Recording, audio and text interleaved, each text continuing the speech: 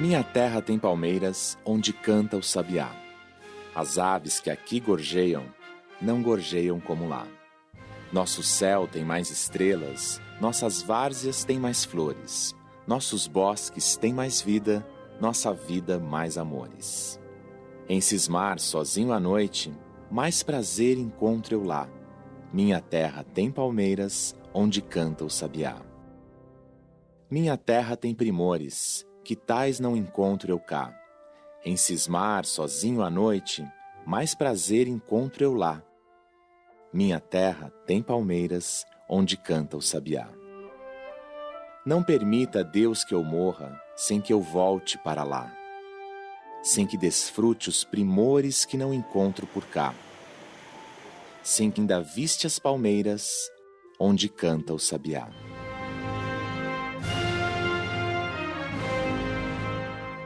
O poema Canção do Exílio foi escrito por Gonçalves Dias em 1843, época em que o Brasil vivia uma forte onda de nacionalismo deflagrada pela proclamação da independência alguns anos antes, em 1822.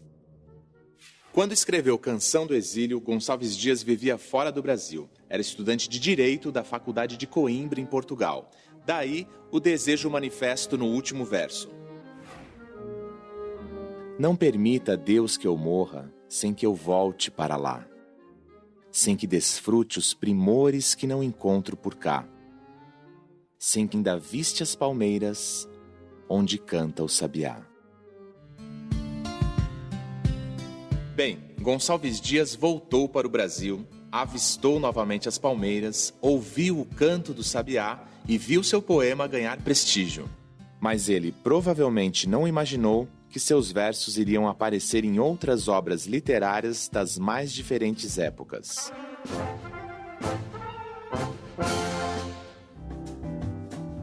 Mais de 60 anos se passaram e outro poeta, Joaquim Osório Duque Estrada, venceu o concurso para a escolha da letra do hino nacional brasileiro com o poema que cita versos da Canção do Exílio de Gonçalves Dias. Nosso céu tem mais estrelas, nossas várzeas têm mais flores. Nossos bosques têm mais vida, nossa vida mais amores.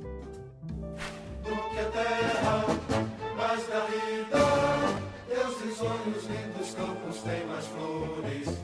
Nossos bosques têm mais vida, nossa vida no teu seio mais amores. Essa inserção de um texto em outro tem nome. Se chama intertextualidade implícita. A intertextualidade implícita é quando partes de outros textos estão de alguma forma marcados no texto novo.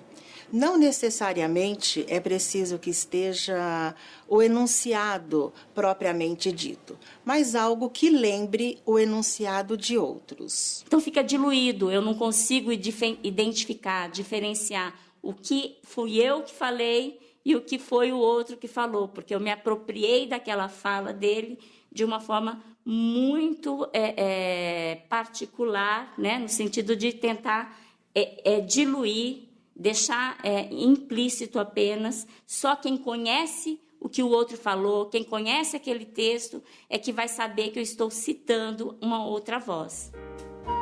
E se você pensa que a intertextualidade com a Canção do Exílio parou no hino nacional, se engana.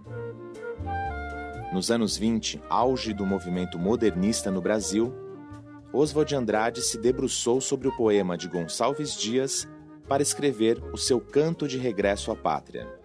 Veja um trecho.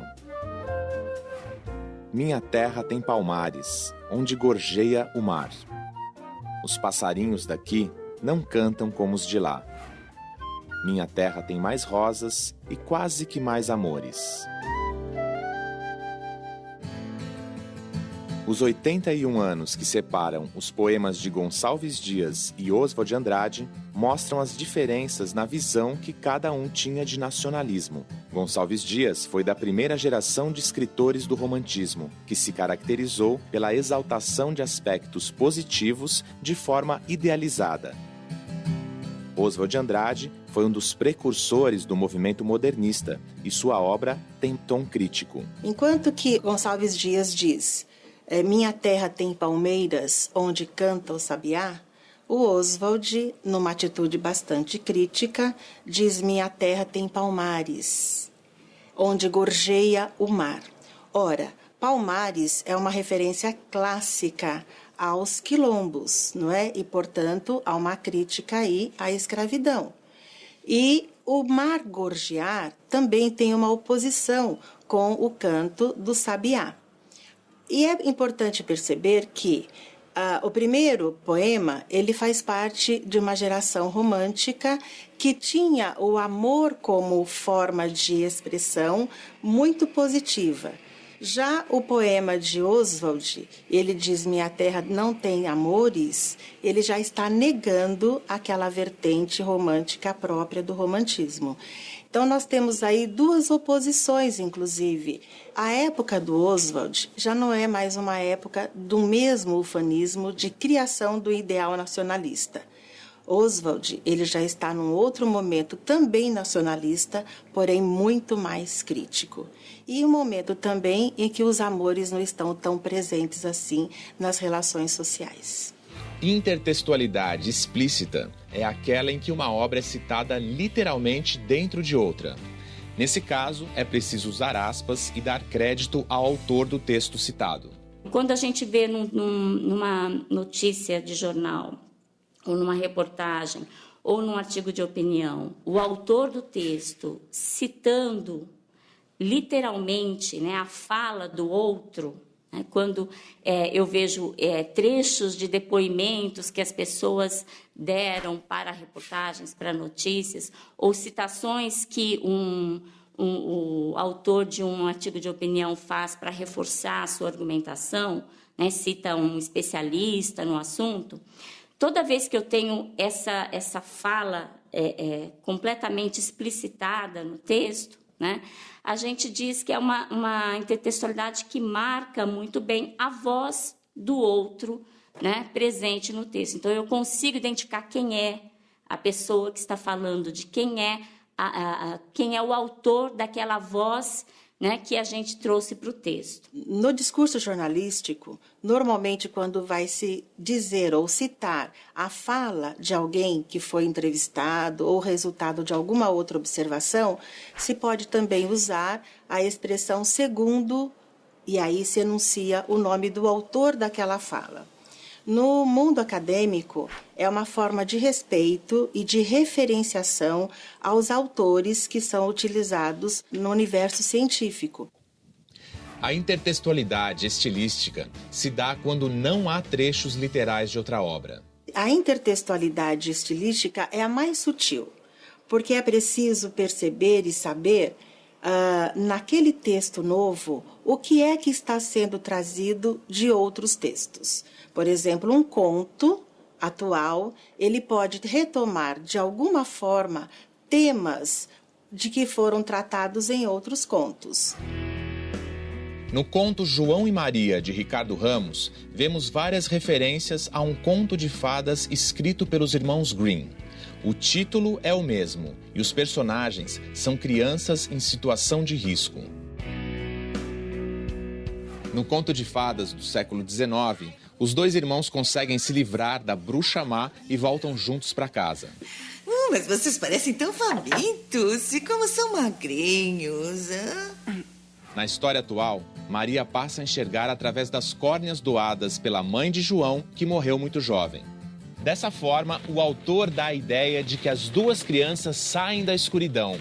João, eternizado pela doação, e Maria, agraciada por voltar a enxergar. Como ele está atualizado na nossa realidade, a intertextualidade se dá apenas pela retomada dos nomes dos personagens, João e Maria. E por uma questão que pode ser observada lá nos irmãos Grimm, a parceria entre os dois irmãos para resolver a situação conflituosa em que eles se encontravam. Em Ricardo Ramos, nós temos uma parceria que se dá pela ação da mãe de um dos personagens. E a parceria se concretiza a partir do momento em que há a doação dos olhos para resolver um problema de espera muito longa da menina. Então, há uma vinculação temática, e daí podemos dizer que estilística. Ela está presa no forno, estamos salvos! Obrigada, irmãzinha, muito obrigado. Eu bati a porta do forno e tranquei a bruxa lá dentro. Essa é a melhor notícia que eu já ouvi na minha vida. Os autores que trabalham com intertextualidade costumam dizer que não há textos genuinamente novos. Todos os textos com os quais nós dizemos as nossas coisas hoje, eles estão marcados com textos que vêm sendo construídos ao longo da história.